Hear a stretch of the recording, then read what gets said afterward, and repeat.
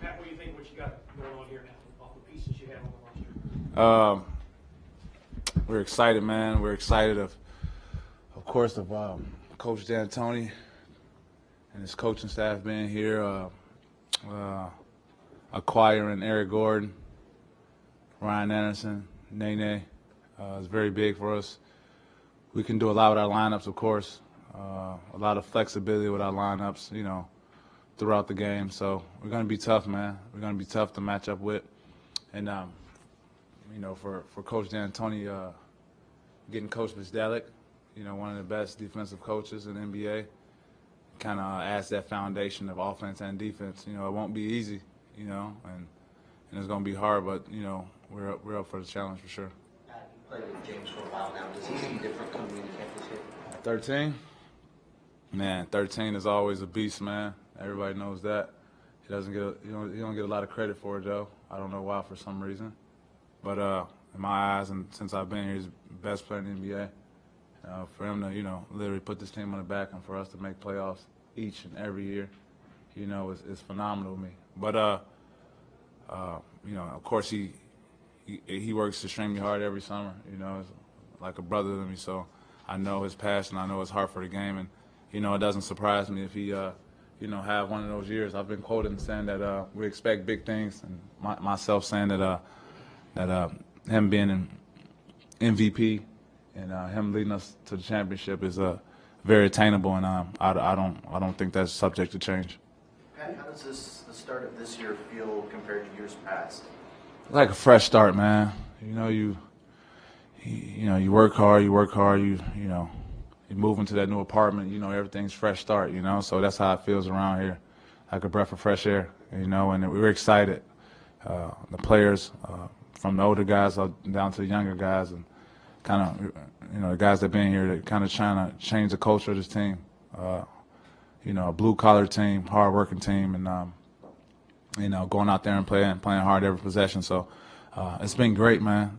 We've been meeting together, of course, you guys know, throughout the summertime, and Vegas and Miami. So you know, we're super excited, man. We just can't wait to get this thing started. The process, meeting in Vegas, meeting Miami, just to move forward from what happened last year? I don't say just to move forward, just to kind of be on the same page, you know, just kind of do all the little things, you know.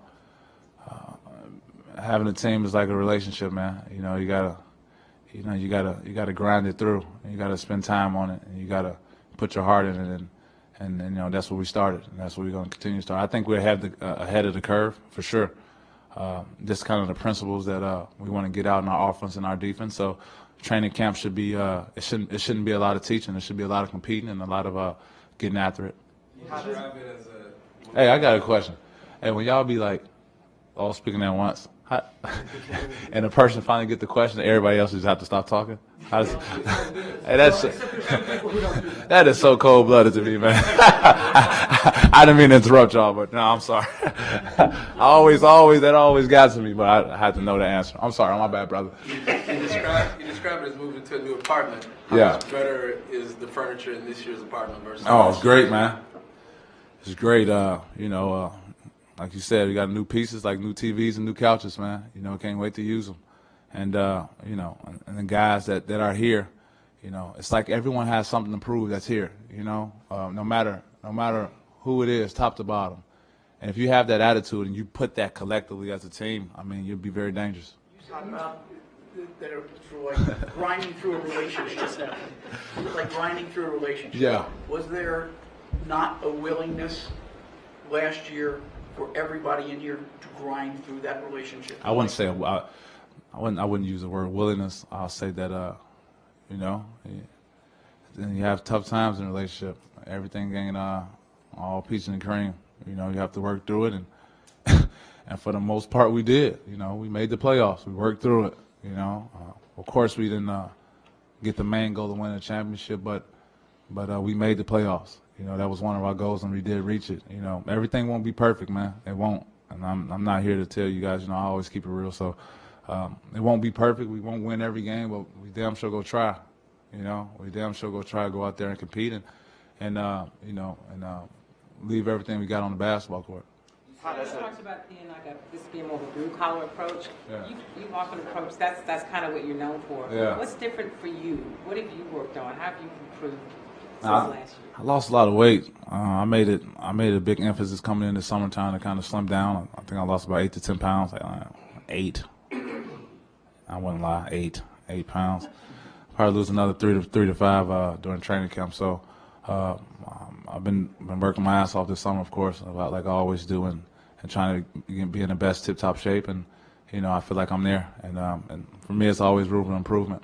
Coach D'Antoni's, Coach Steve Nash, man. And you keep going down. You had Jalen when Jalen was playing amazing. I had that stretch. So whatever I can get from him, picking his brain and the little things that those two did to make them successful, and try to add that to my game, and try to get better. Is it very different for you? Sorry. You come in this Y'all year- put me in a tough position, man. That made me feel like y'all always make me feel like the bad guy. Don't do me like that now. No, I know. No, I'm sorry. Does it feel very different? You come in this year, you're the one.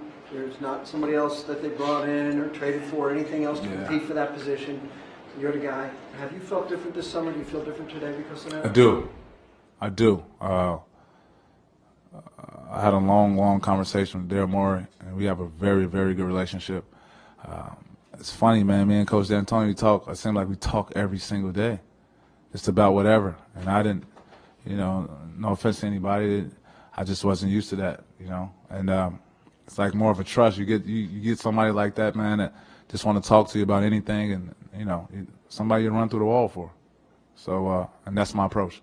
When did you have to talk with Daryl and what brought that on? No, just it's about everything, man. He gave me the confidence, Pat. You're the guy. You're part of the foundation of this core unit we got here, and you're here. We don't expect you going anywhere. We expect you to continue getting better and continue improving. And you have a the GM like that. You have the owner, Leslie Alexander, like we have, and that trusts me with the keys to the car, one set of the keys to the car.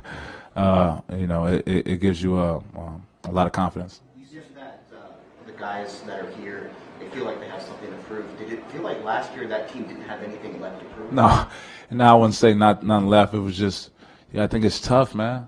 I mean, I know it's easy to say, it's tough being in it, like coming from the Western Conference Finals. And then being in it, man, and trying to go back at it again. You got the Bulls on your back every night. It's tough, and I'm the last one to make excuses.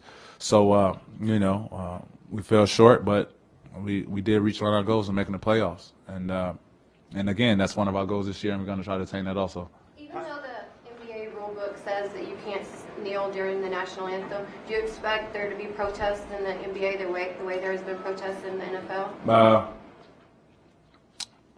I don't know, man. That's everyone's entitled to their own opinion and entitled to demonstrate things they want to demonstrate. Everyone has their own right, and different people go about it different ways. You're so close with James, and he always says there's this commitment for him to become a better leader. Yeah. We've seen it this offseason. What can you see? How is he different? What does it mean to this team that he was able to? First off, you guys, man, we all getting older, man. We not, when we were 23, 24 here, he's getting older. We're all getting older. You get older, things in your life seem to change. And right now, it's all good. We all have what we have. We're blessed to have what we have, of course. And but now it's time to win some games, man. It's time to win some championships. It's time to trying to make history, And I think collectively, that's where our mindset is at. Along the lines that she asked you about the national anthem, yesterday, Texans Pro Bowl left tackle Blake Brown, he didn't kneel, but during the national anthem, he raised his fist to support, to bring awareness to the problems that they're out there, the killing of unarmed black men, that sort of thing. Yeah. What do you think about? Do you have a take or a feeling or opinion on that sort of stuff? Yeah, I mean, like I said, when it comes to a situation like that, you're free to demonstrate it the way you want to do it. Definitely not against that.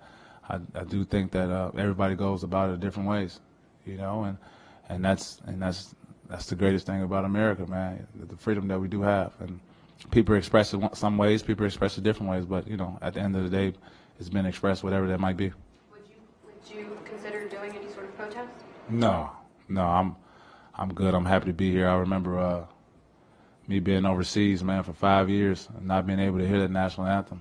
So I appreciate it, and I appreciate to be American for sure.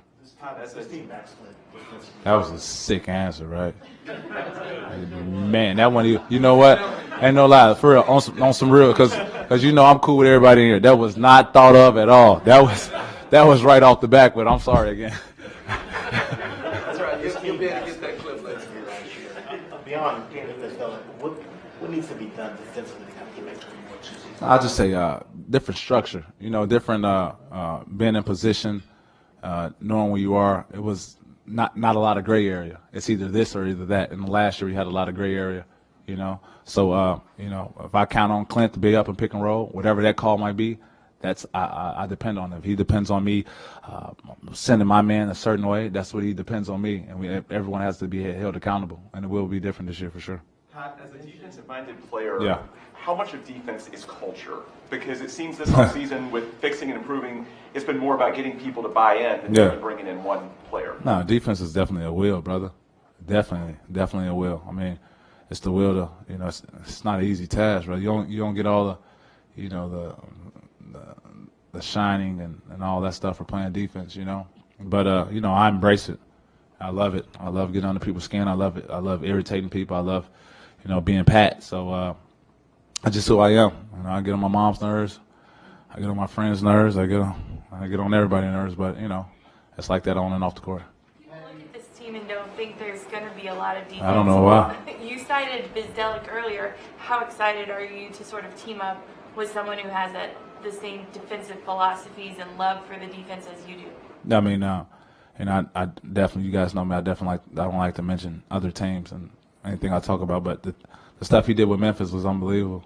You know, the way everyone was it was one sync. You know, this person does this, everybody else goes that way. This person goes here, the back line defends. Like it was one movement, one unit.